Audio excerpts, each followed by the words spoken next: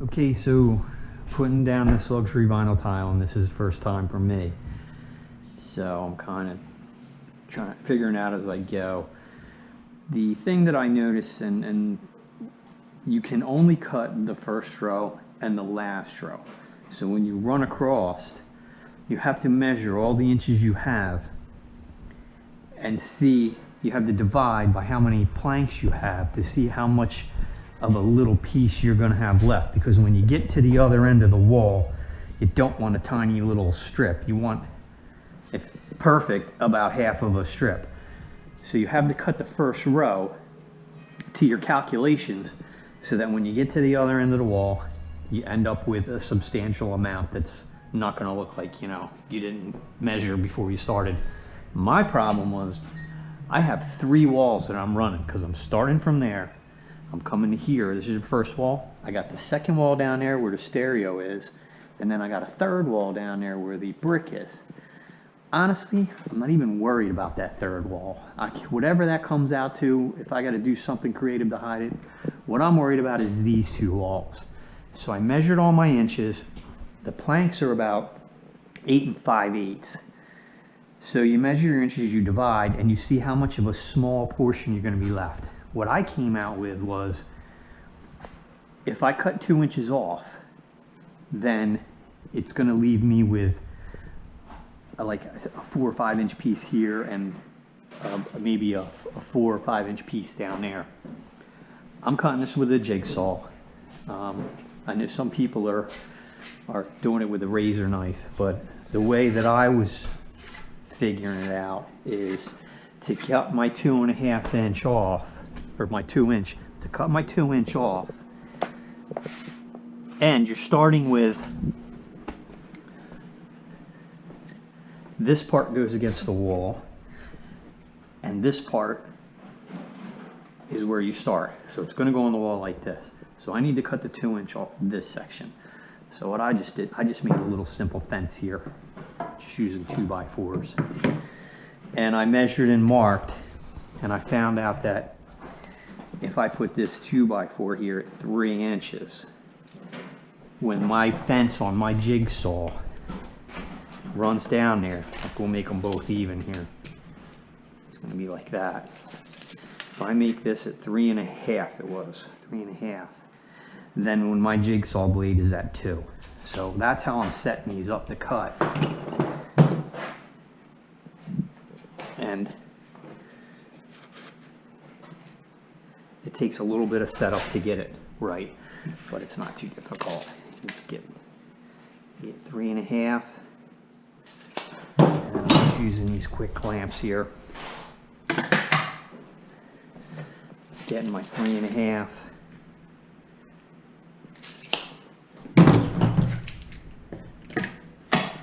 So that, as you can see when I cut with my jigsaw, where the blade's at, it's going to be taking 2 inches off. So that's how I'm stripping this. And you're only going to have to do this for the first row. So once you get that done, you're just laying full planks till you get to the other end. I bought a kit. Home Depot sells these kits. They got the pull bar, and they got the tapping block, they got the hammer, and they got these spacers. And one side is 1/2 inch, the other side is 1/4 inch. So I'm going with the 1/4 inch side here to keep it 1/4 inch from the wall. Got the first one down. She's pretty good. I gotta rip another one. I had to also measure this way, because these are 4 foot. My wall was a little over 16. It was only like 16 foot 8 inches. So I didn't want a tiny little 8 inch piece at the end. So my first plank, I cut another 10 inches off of it so that I can stagger them and have the seams, you know, not have short little tiny pieces. You don't want a short little tiny piece. You want at least something like this. So there's a little bit of figuring to get it started. You can't just like jump in and just start putting floor down, because you're going to create a problem for yourself somewhere else. So like I said, I'm no expert. I'm figuring this out the first time. I'm going to have some issues going around those feet on the pool table, but we'll see how it goes.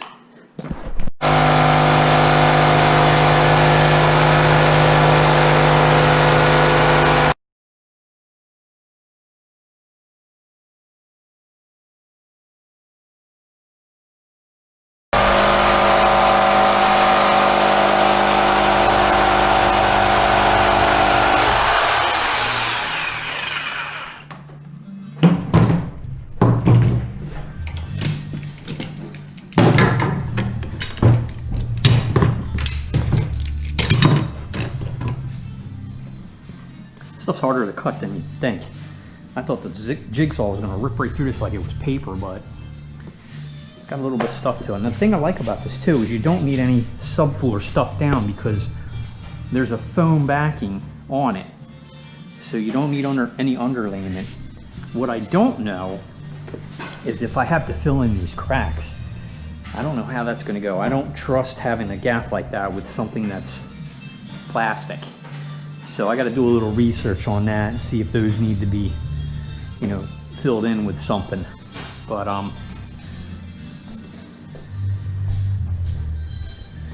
let's see, we need some spacers here.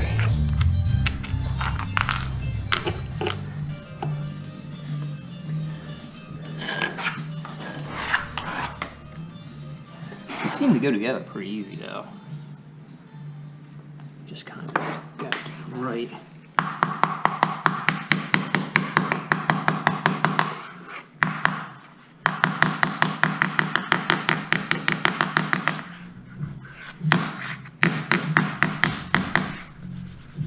And I guess that's the trick, is just if you can feel it, it's not set, you know.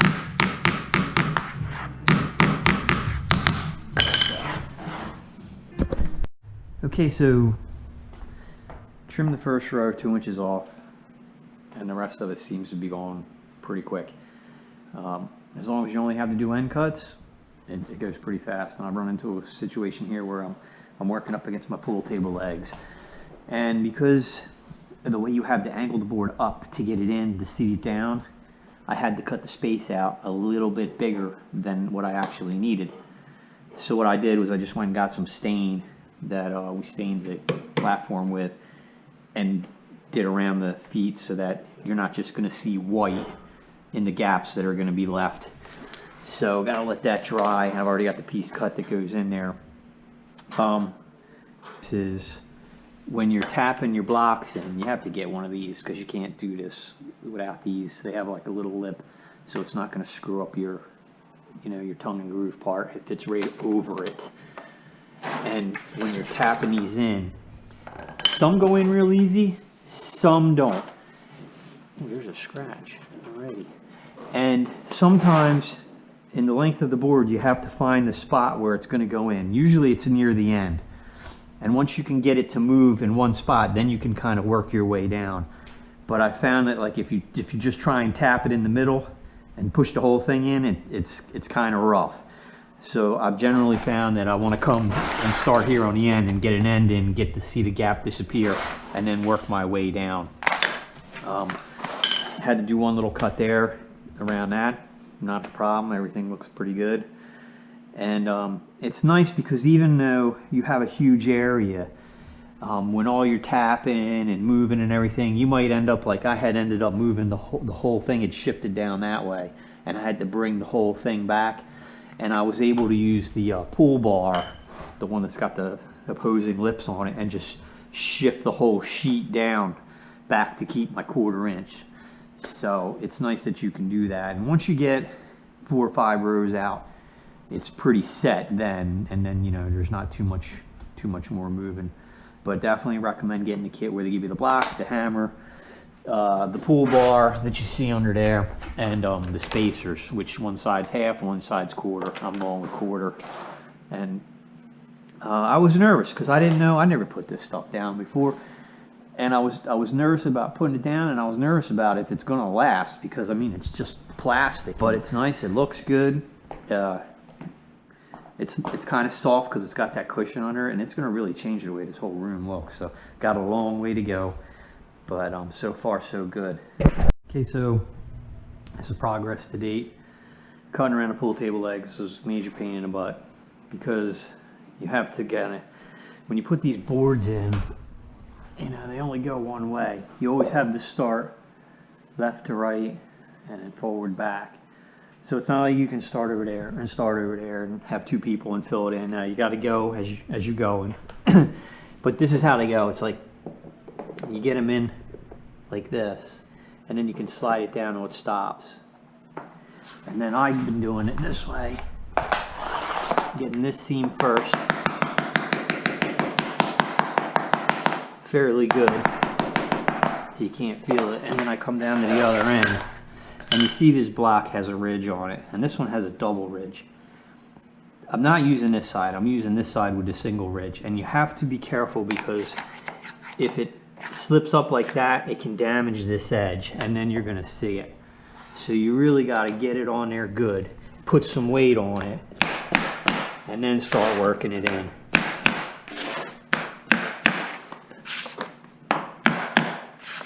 And you'll see the seam disappear when it seats in good, and then I always come back. I've seen some people going like this. Either way. And I just go down the seam. And that's it. That's one piece in.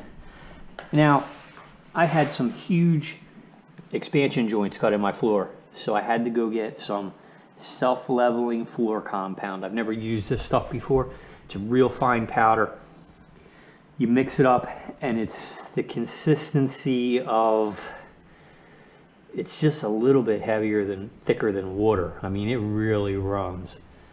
So I guess it levels itself like the title is. So moving right along, I had to work around these columns. I did the best I could. Still didn't come out perfect. I'm probably gonna have to find something that I can put around the base to hide the rough cuts. I'm sure I can find something at Home Depot. The system's pretty easy to put down, but you have to keep your front and your back edges. So here's one of the first problems I ran into, is this gap here. And it looks like I'm gonna have to rip down 2 sheets just to fill an inch gap, because you can't cut this and slide it over, because you need both edges, the front and the back edge of each panel, to keep moving forward. So I still don't know exactly. I was trying to think if they sell molding that's that wide that I could hide this with and not have the, because the sheets are like $10 a piece. So this little issue is going to probably cost me $20 just to fill this 1 inch gap. When you measure, you try and cut the first row if you have to, so that when you get to the other end, you're not left with a little tiny piece. You want like half a plank. And like I think I said before, it's like I started here. I took into account this wall, and I took into account that wall. I didn't take into account where the brick is, and I didn't take into account this either. I knew I was gonna have some issues because of the way this room's like a Z.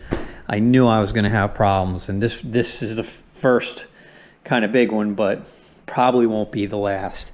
I didn't even take into account where this ended, but I got lucky, and this piece came out to be about 3 inches wide, so that was fine to get that in there. So it's looking pretty good. This stuff, the floor doesn't have to be perfect, because the back of the pad, or the back of the plank, has the pad on it, so there's a little bit of foam there, so it does suck up some irregularities pretty good. I did try and fill these gaps with the self-leveling compound. This one, it's sunk in, so this one needs a little more because it's still not flush. It's still about 1/4 inch low, and I had some really big joints here that I had to finish. So, but it's not a cheap floor system. It looks really good. It's fairly easy to put down. You have to work from left to right and from front to back. You can't start at the other end on the one side. You have to always start from the one edge and go that way. Whereas when you start from this edge, it doesn't matter here if this edge is missing. So all the planks that I'm cutting down on that end to fit, to make the cut, to make the dimension, like you'll see, like this one was just, it started here and went to here. So the rest of that board I would bring down here and start on this end, because this edge would get cut off flush. You don't really need anything there, so you get to use it here. There's nowhere else you can use it, because missing that edge, it's not going to lock to another plank.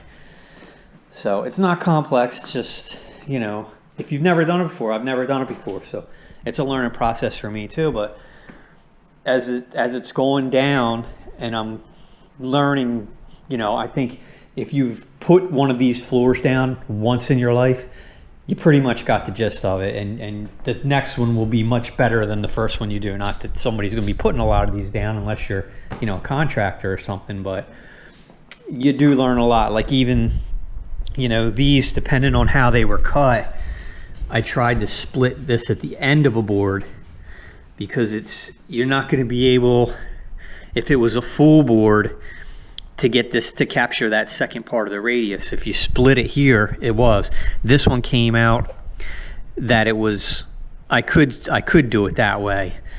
So, you got to have a little forethought sometimes about how you're starting your row and where the end's going to be. And sometimes even when there's changes, like I'm going from a longer width now, you might want to start laying out, measuring 4 foot, 4 foot, 4 foot, 4 foot, see where it ends, because you don't want your last plank to end like right here, so if you start with a full plank and your last plank's ending right here, you got to say, you know what, I'm going to cut some off of the first plank so that there's a bigger section here that's going to have more to grab to.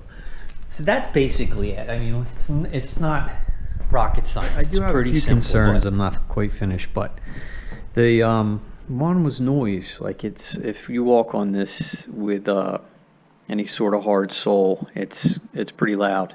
The second was scratching. Like if I set a table and chairs up, do I want to make sure that I put chairs down here that can't move, because I don't want people sliding chairs across the floor, or if the chairs don't have really good pads on them, because it will scratch. I have scratched it already just from like my knee pads moving around. Nothing major, but it doesn't look good when it gets scratched. So that's some of my concerns. And I had called the manufacturer, and you can remove a tile from the middle of the floor if it gets damaged. There's a process. She's going to send me a video, and I'll share that as well as soon as I get it. But I'm hoping it's going to last a long time.